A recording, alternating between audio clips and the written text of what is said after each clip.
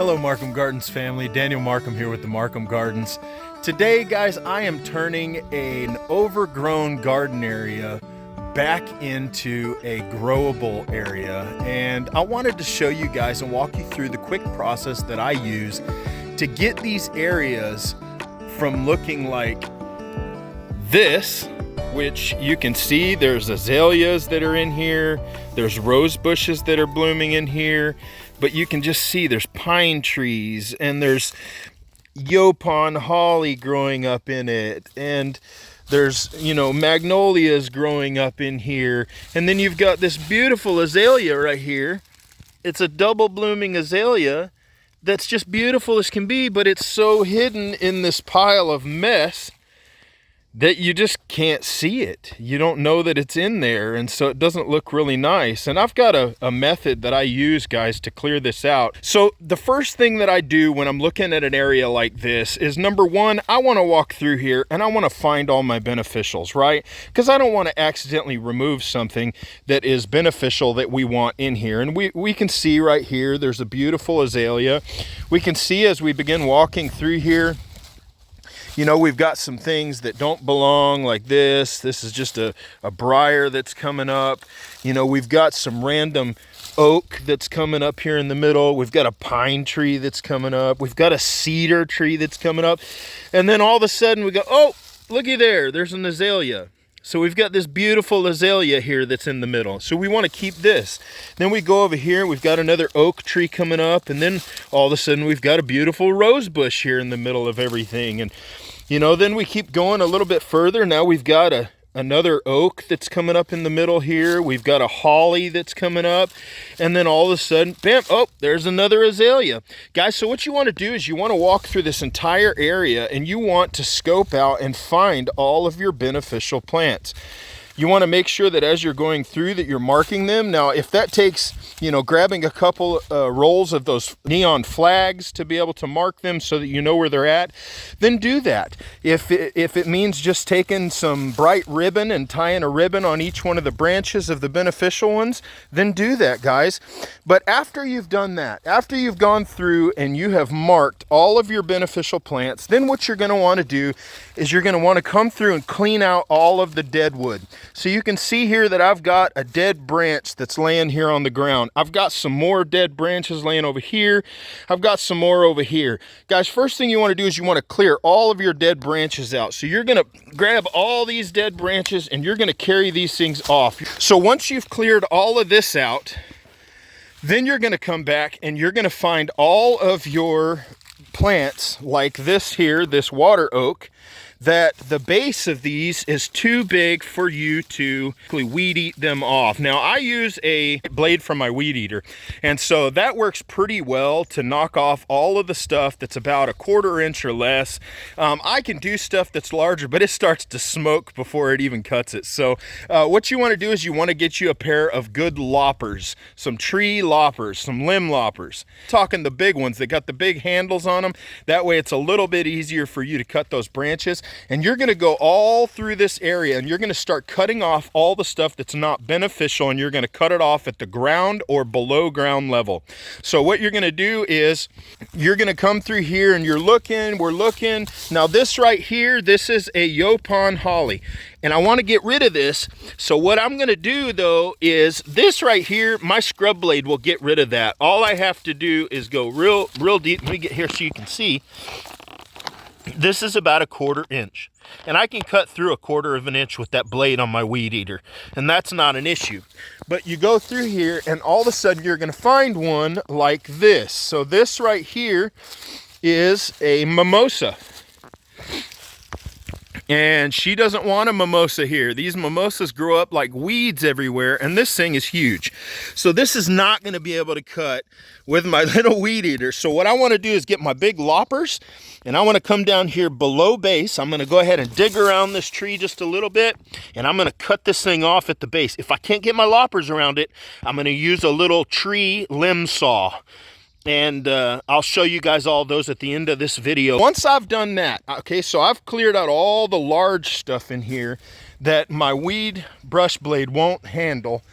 Then I come in and I will use my weed eater brush blade. So you want to be really careful when you're doing this, but as you go through, you want to take that blade and you want to chop off these areas, all of these different bushes and stuff. When you get done with all of that, when you've bladed all of that off with your weed eater, then you're going to come through with a rake and you're going to pull all these trimmings out of here, whether that be by hand for the large trimmings or whether that be by a rake for the smaller trimmings. But you're going to pull trimmings and you're going to pull all of your leaves and everything out of here, because these leaves are actually hiding seedlings and things that are going to grow up later whenever you leave and whenever you're done. So what I do is I clear out this entire area. Now, once I've cleared it out with the rake the first time, it's going to expose all the little blades of grass. It's going to expose all the little seedlings that are in here that I don't want to be in here. And so once I've done this and I've raked this entire area, then I'm going to go get my weed eater again with my brush blade. I'm going to come back through and I'm going to clean this entire area up down to the dirt. Let me show this other area that I've been working on today, and I finally got it completely done. I went through all those processes just like I talked to you guys about. The way that I told you to do it is exactly the way I did it. And let me show you what it turned into. So guys, this is an area that looked exactly like the area that I just showed you. And this is what it looks like now.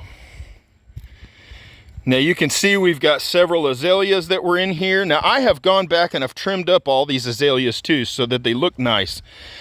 But you can see the whole area around them is completely cleared. I've raked everything back. Now you can use all these leaves. Don't get rid of all these leaves, guys. You can turn all this stuff back into soil again, so don't get rid of it. But you can see I have cleared this entire area over here. And it looked just like the area that's full over there that I just showed you. And you can see we've got some farkleberry here. We've got a red maple here. So I had to go through and I had to mark all of these individual plants that were literally covered over with just weeds and all sorts of stuff all over them. So anyway, once you get this cleared like this, guys, you can either, if you're ready to plant, you can go get all the plants that you want to fill this entire area. You're going to go ahead and plant all of the plants that you're going to do and then come back and mulch, guys. It's incredibly important that you mulch, because if you do not mulch this area, I guarantee all those seedlings and all that grass and everything that you had removed is going to come right back. So keep that in mind, guys. But anyway, I just wanted to walk you guys through the process real quick. I've been working on it all day today and finally got this one done. It's a whole property. I'm working on about 2 acres of property, and we already completed a couple other beds.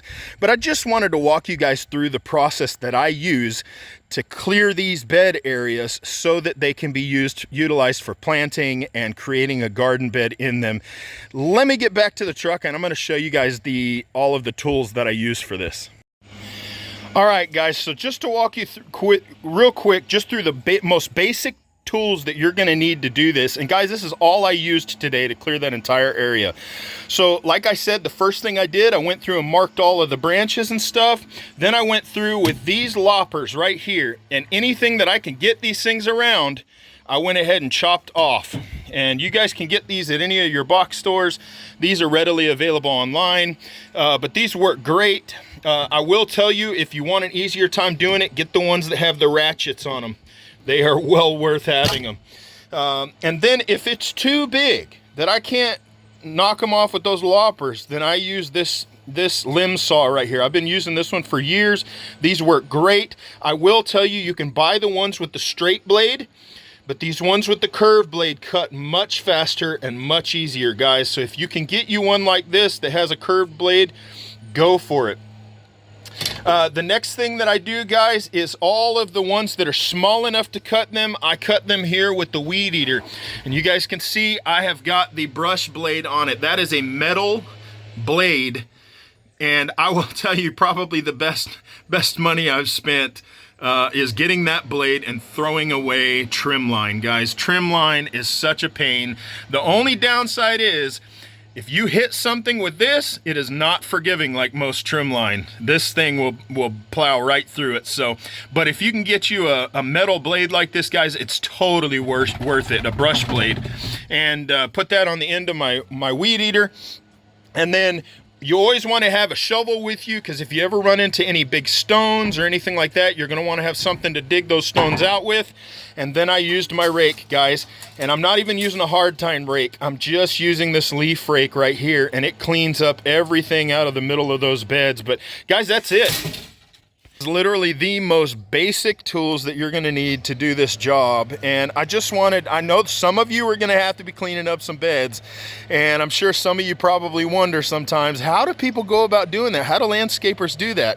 And I just wanted to walk you guys real quick through that process. So anyway, hope you got something out of it, guys. If you would, go ahead and hit that thumbs up button and go ahead and like it for us. It definitely does us good here on YouTube, and we definitely appreciate it. If you have not subscribed to the channel, guys, go ahead and subscribe to the channel. We've got that subscribe button. We've got a whole bunch more stuff coming, and look forward to seeing you guys in the next video and hearing from you when you put your comments down below, guys. Tell me where you're from, where you're watching from, and you know, what it is that you enjoyed about the video, or if you've learned something new today, tell me what it is that you're going to utilize in your garden. We appreciate that, guys. If you have any questions, put them down in the comments as well.